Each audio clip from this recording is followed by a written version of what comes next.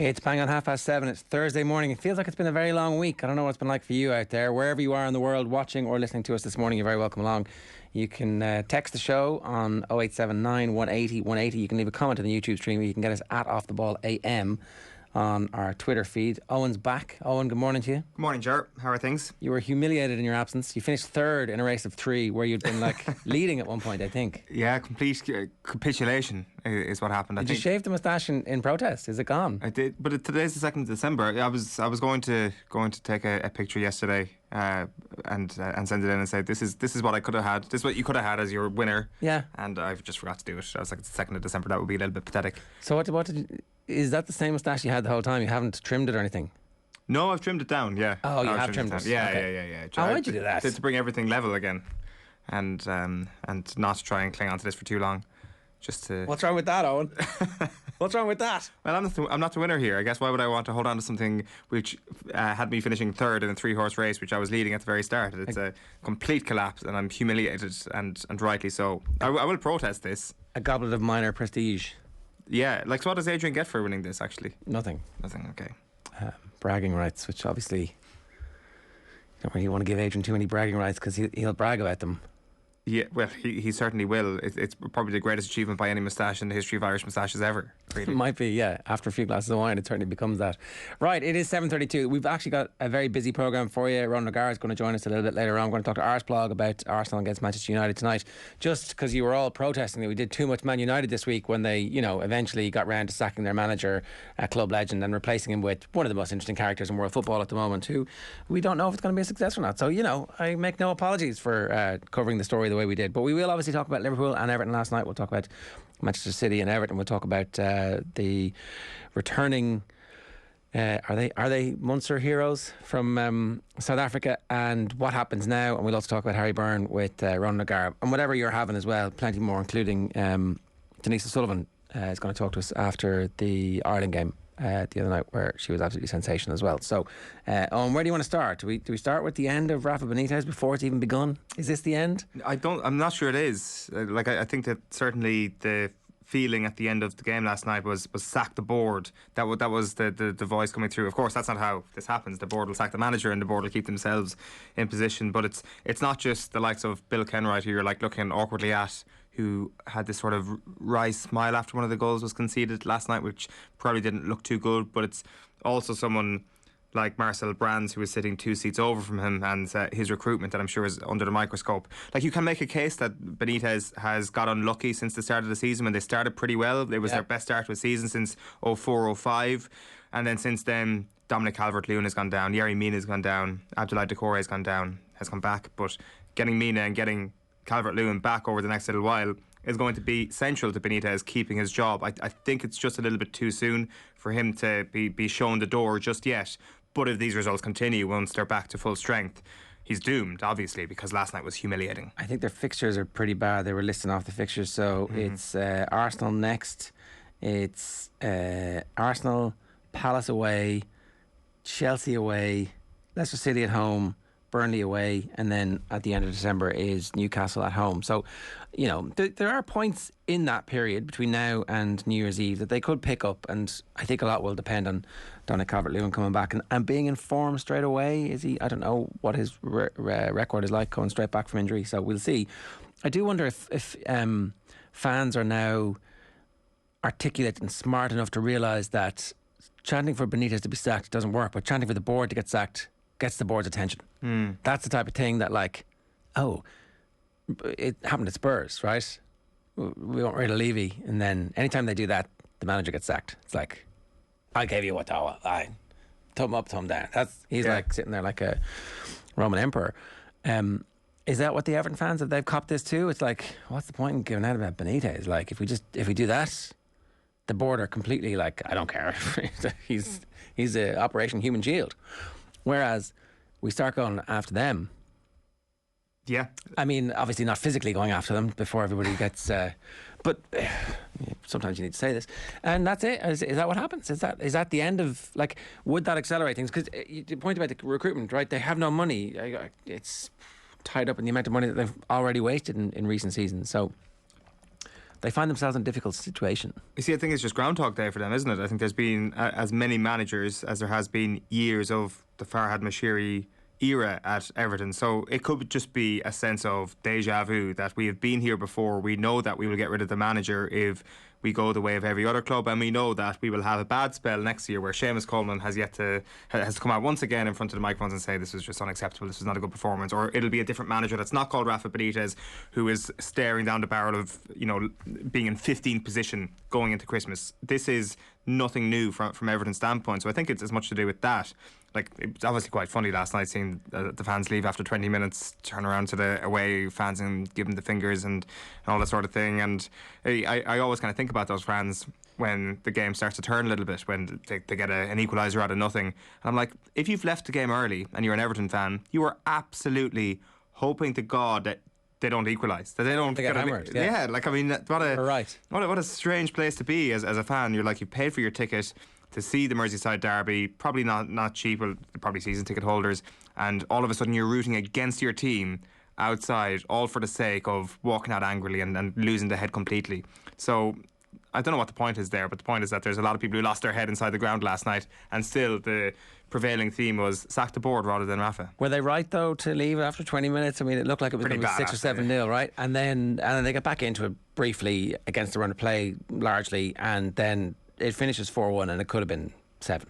Were they right? I mean, I think you should never leave. I think you should support your team to the end. That's my own view. But like, in their minds, were they justified in the end? It's like, oh, I was right.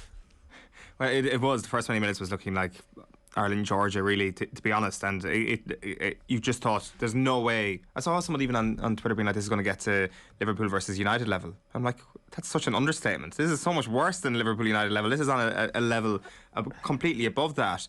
And then maybe when Everton get that goal back, if you're a Liverpool fan, you start to think to yourself, geez, what's actually happened here that we're in this position where we're not feeling totally comfortable, because they destroyed them over the first few minutes. I think was it Jonathan Wilson this morning who said that in the first 10 minutes Liverpool racked up a higher XG than Everton had done in total in 4 of their games this season. 10 minutes is all Liverpool needed to do that at Goodison Park, and it should have been a lot more than 2 goals or whatever it was after 10 minutes. Was it 1-0? It was 1-0 after 10 minutes. The second one doesn't come to about half an hour, I think. Right, it's and like last night was a really interesting night because you have City and Chelsea also playing. Yeah. Granted, the opposition that both teams were up against, it seemed, weren't as hapless as Everton were for the first half an hour of that game last night. But it's interesting judging all the different parts of these teams going toe to toe as it is for this title this year. There's a lot about Liverpool that you like from last night, and there's a big case to be made that they can absolutely go all the way. Last night was one of those nights where it genuinely is the best league in the world. Like, we haven't talked about Silva's goal yet, which is unbelievable. Absolutely ridiculous. Now, I want to just complain about the fact that there isn't a goals show, that Amazon spent all this money to get all the games, and you can flick through, and Premier have the same deal in Ireland, obviously, that Amazon have. So if you were watching last night in Ireland, you were watching on Premier Sports. But Amazon just need to put on a goals show so that we can sit there on a night like last night and watch what's happening.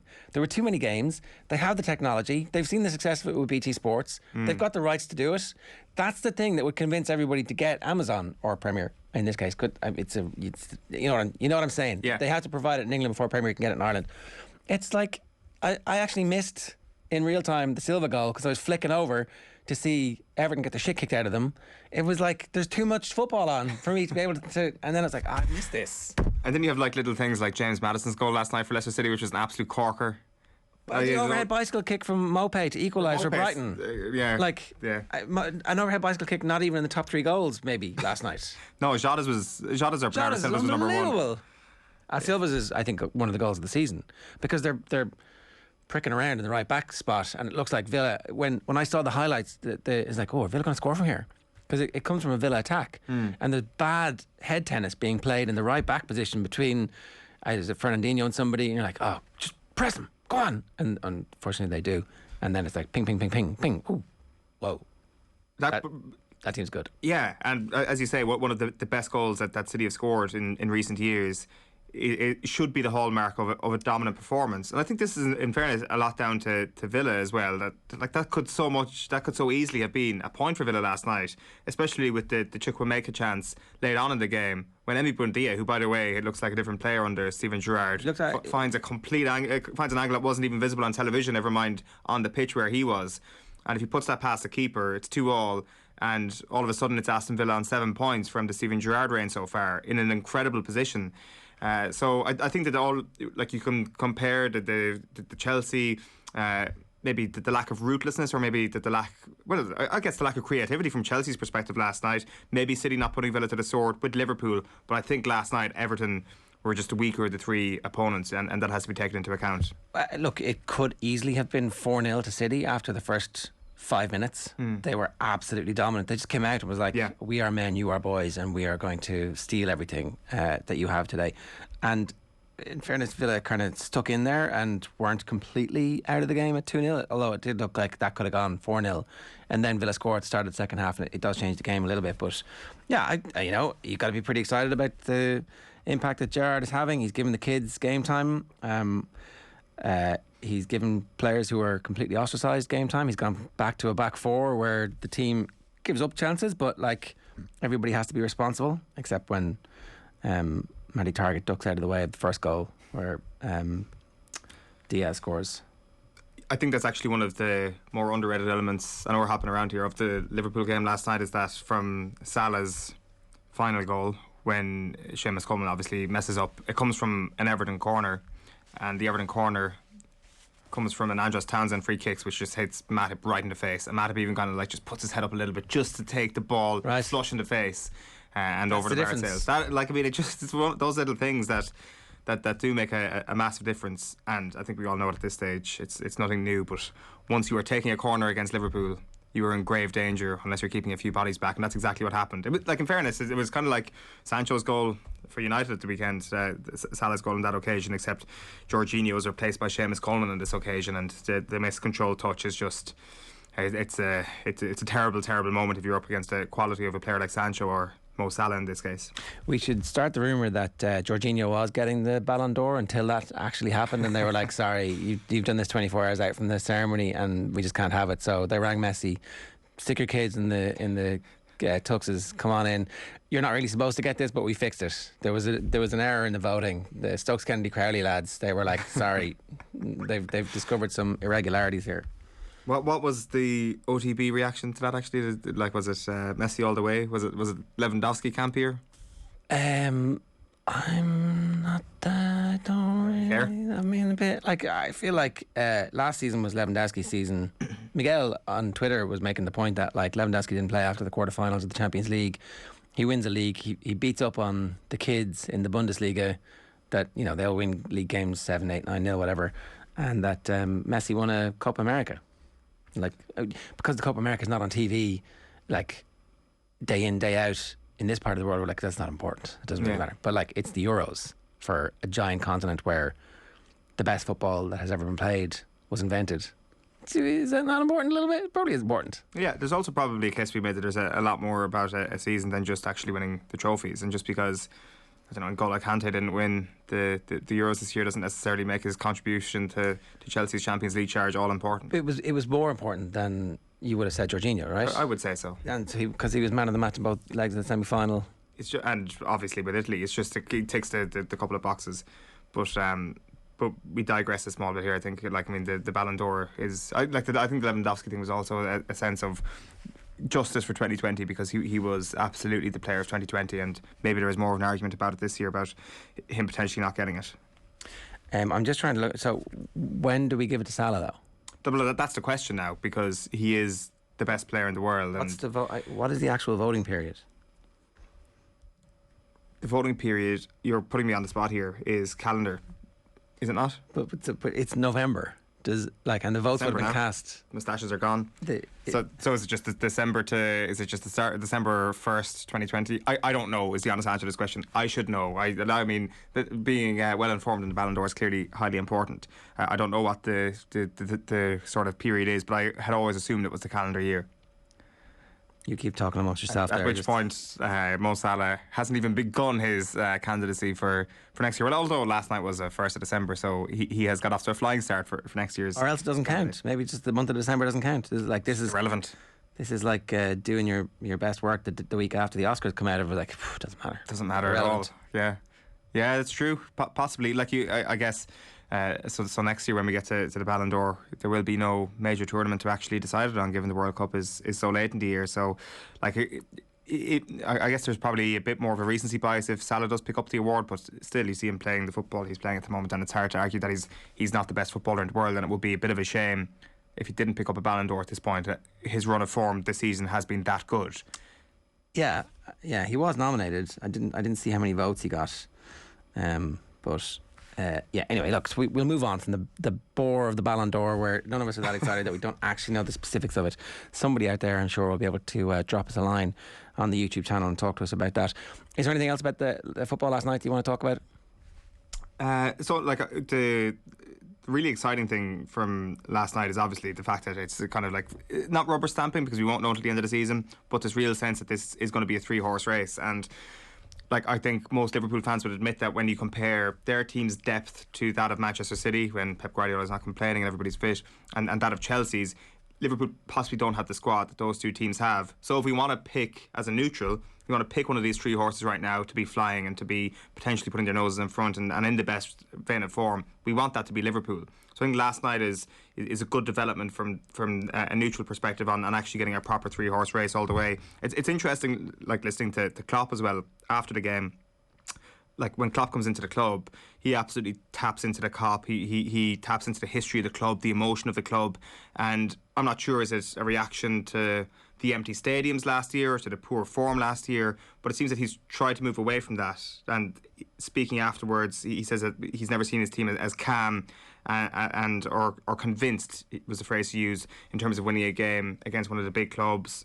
And of course, for them, one of the big clubs would be Everton, given the rivalry. And he says we need the right mindset. Emotion is good, but it's not the all-important thing. Whereas it felt that in the past, emotion was essentially what Liverpool feasted on. And now they can still channel that in the right way, but maybe there's a bit of a coldness to Liverpool this year, and maybe a bit more of a clinical nature to them that we haven't seen in the past, which again kind of points towards the fact that they're going to stay the trip, and that we will have the 3 of them there.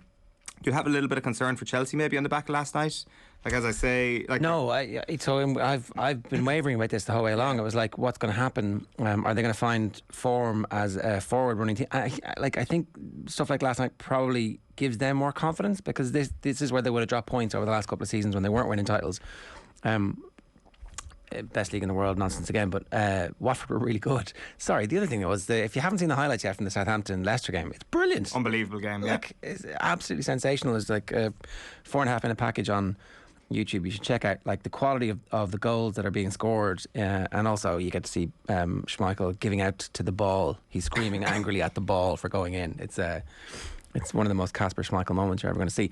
But the point about Chelsea that I think that is beginning to convince me a bit more is that I thought they'd be dropping points in games like this, where they actually didn't have enough cut and thrust to break down teams who were doing well against them. And actually, it turns out they're very efficient when they don't have your boy Timo Werner in the team. Take him out of the team and things are good. Not in the team at the weekend, things not so good. Sorry, in the team at the weekend, things not so good. Out of the team last night, a bit better. It was a bad take, the Werner take. And maybe, well, don't worry, I'll let you forget it in around about 2024. I think, like, can you work Lukaku back into the team, and is it a natural fit? I'm not sure. It's not a natural fit the way I think Erling Haaland instead of Gabriel Jesus will turn Manchester City into the greatest team of all time. Is that not a problem though? Is that, like, if you can fit Lukaku or Werner into the team, maybe not Werner, but Lukaku into the team, is that not a problem for Chelsea? I don't know. Like, do they need him? Possibly. Like, I do think last night was different to, say, the Burnley game or the Manchester United game, when Chelsea are uber dominant, and I would agree with what Tuchel said after both games. This thing just happens in football, and sometimes weird things happen. Like, Watford had 14 shots last night, Chelsea had 8. I know Chelsea had maybe a tiny bit more possession, but they were like, this thing could have gone differently, and I really do think that without Lukaku on the pitch, well, now in fairness, Lukaku was on the pitch, he played 20 minutes, he didn't get a single shot.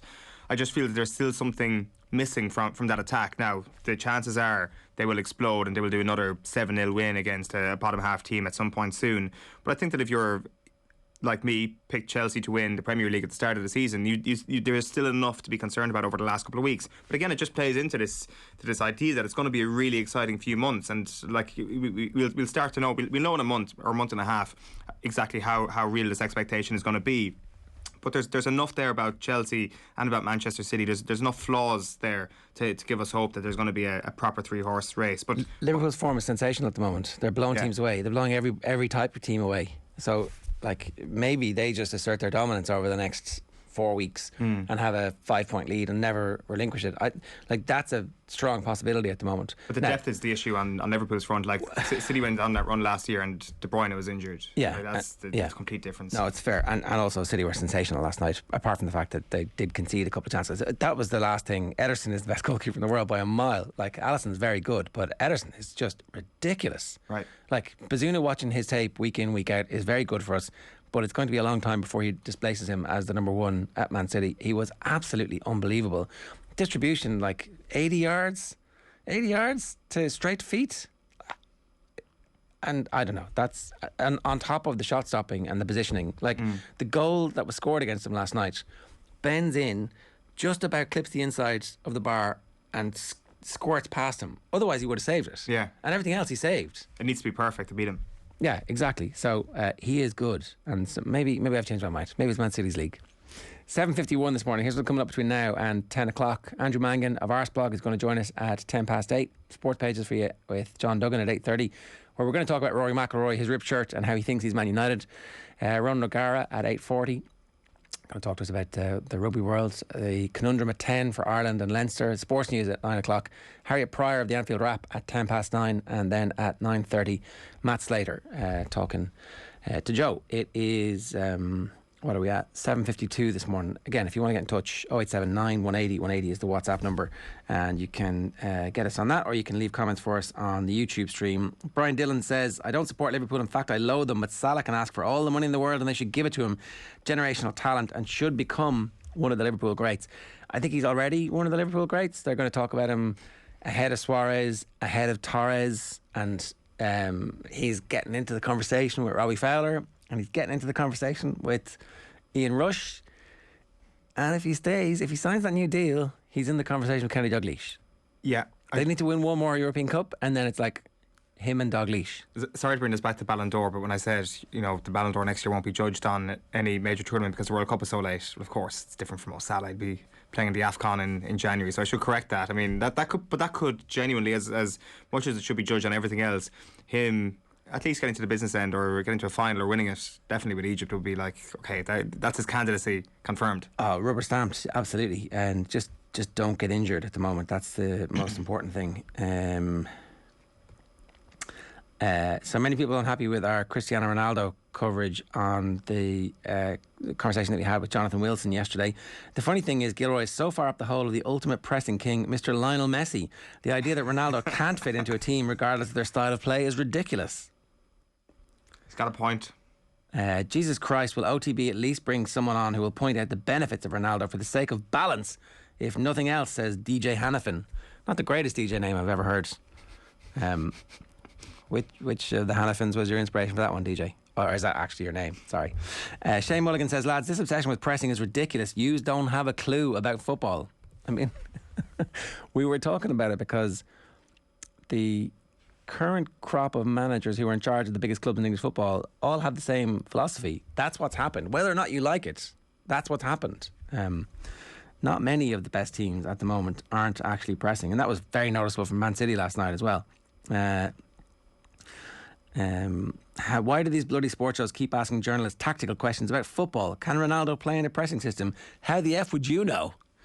I suppose that's true. How would they know? They only sit and watch football all day, every day, and think about it and talk to all the best managers and the best coaches and the players, and then get all that information and then do nothing with it. It obviously just, it sits on them like an egg on a new Teflon pan that just glides across.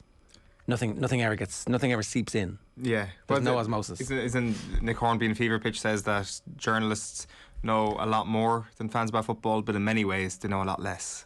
So you can take your pick what side of. Well, he's trying to ride both horses there a little bit. A little bit, I guess. Yeah, that's true. I guess he never considered himself a journalist, did he? He was always a writer and a fan. He was just a fan, yeah. Yeah. Bobby Jukes, though, responded, so because he isn't a football coach, that invalidates his opinion. Anyone can critically assess a football match in terms of tactics. It's not hard to understand what pressing is or how to see how two clubs compete against each other. This is true.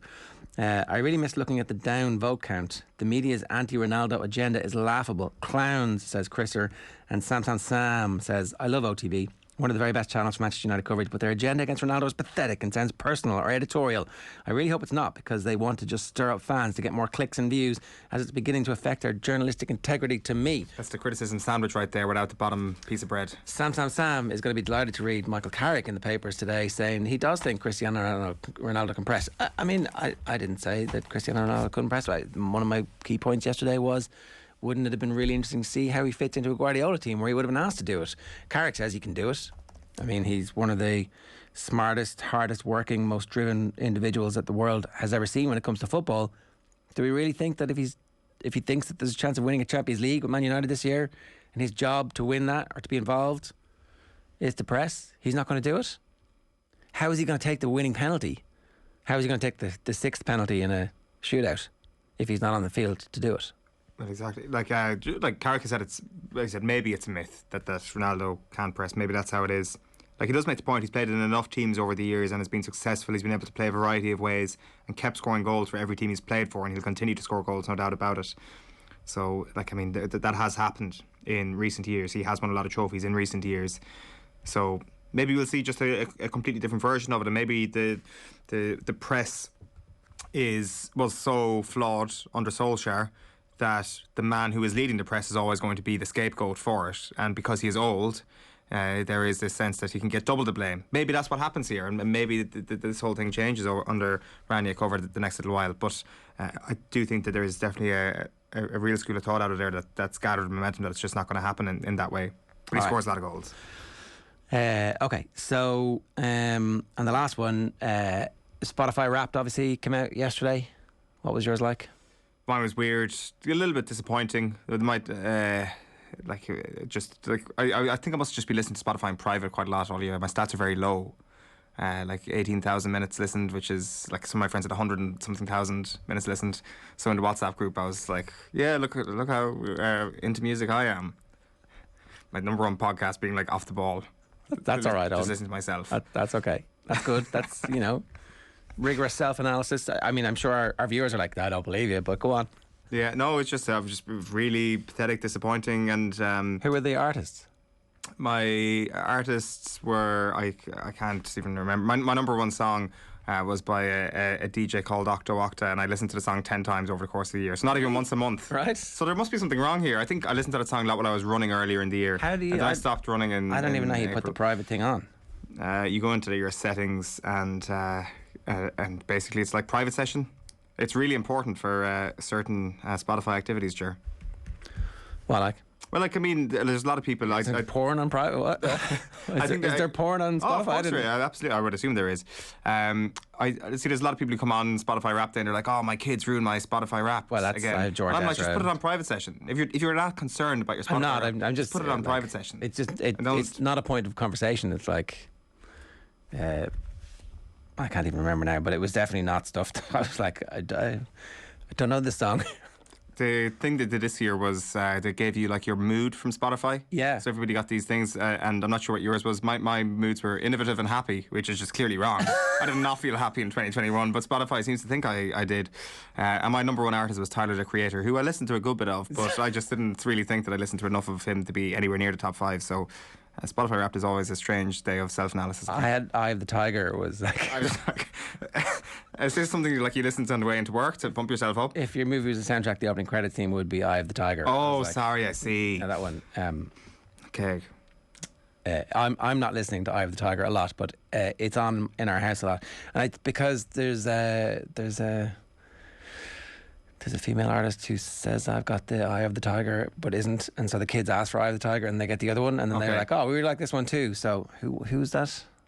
I don't know. The other Eye of the Tiger. I actually don't know. Fight song? Who is it, Emma? Who is it? Katy Perry. Katy Perry. Oh, sorry, yeah, that song. Oh, sorry, yeah. So yeah. That's like, you're trying to be cool about Katy Perry. I know that, but like that's throwing shade at me when okay, go for it. I'm here for your Katy Perry shade. By all means, good tune, but it's like, why are your kids listening to music from like 2014, 2015? Like, I have no idea. I'd say because there was a thing called Star Camp where they all go and they learn how to do a little bit of song and dance, and I'd say that that's where it came from. So that's your number one song of the year? Is that Fight Song? No, that's different. So Fight Song is the song playing as you defeat the ancient vengeful spirit is Fight Song by Rachel Platten. I've never heard of that in my life, and I can stand over that. I have absolutely no idea what that song is. So this is another one of your... I also don't know it. Yeah. See, your Spotify has essentially been overtaken. Was there any of your own podcasts that appeared in your... I use the OTB Sports app for my Off the Ball podcast on, of course. Of course. As we all do. Yeah. So...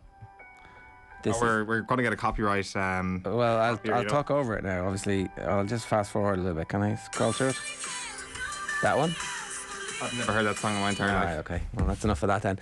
It's 8:01 this morning here on OTB AM. If you want to get in touch with us, Fergal Fitz says 1,351 minutes listening to mostly at Malloy Joe on OTB Rugby across 52 episodes. Owen McGrath says sheesh is 160 episodes of OTB Rugby, all of them for the year at Off the Ball. I blame Melbourne's longest lockdown in the world, by the way. Don't blame it. Lean into it. That's one of our most prized podcast streams, along with our football and our GAA and our highlights. You should subscribe to all of them. I raise you to 4,934 minutes, says Ian Kenny. 200 episodes of OTB Rugby. It's been a long year. And Matthew Reardon says, add Off the Ball overload in my top Spotify playlist of the year. OTB GAA number 1, OTB Rugby number 2, Football Pod Paddy Nandy number 3, OTB Football number 4, and OTB's Crappy Quiz number 5. Keep up the good work at Off the Ball. At Jerry Gilroy, 260 episodes, 5,686 minutes of OTV football. That is a lot. I'm surprised we're still uploading the Crappy Quiz to its own podcast sphere, to be honest. That was the big takeaway for me there. That's really good news, and it's broken somebody's top 5. Right, OTB AM brought to you by Gillette, and turns out this morning Spotify. Good morning, start with Gillette. Put your best face forward with their new and improved razors. You can actually listen without any humiliation on the OTB Sports app. We don't keep a tally, running tally, and you shouldn't be humiliated. You just like something. It's okay to like things. That's how the world has gone. You can be yourself more these days. Feels pointed. You feel seen, Owen. Yeah, I feel seen. Very, very seen. I'm not judging your Spotify rap. I think it was very impressive. Right. Denise O'Sullivan ran the show for the Republic of Ireland against Georgia on Tuesday night in our record 11-0 win. Scored her first ever hat-trick and caught up with Nathan in Tala after the game.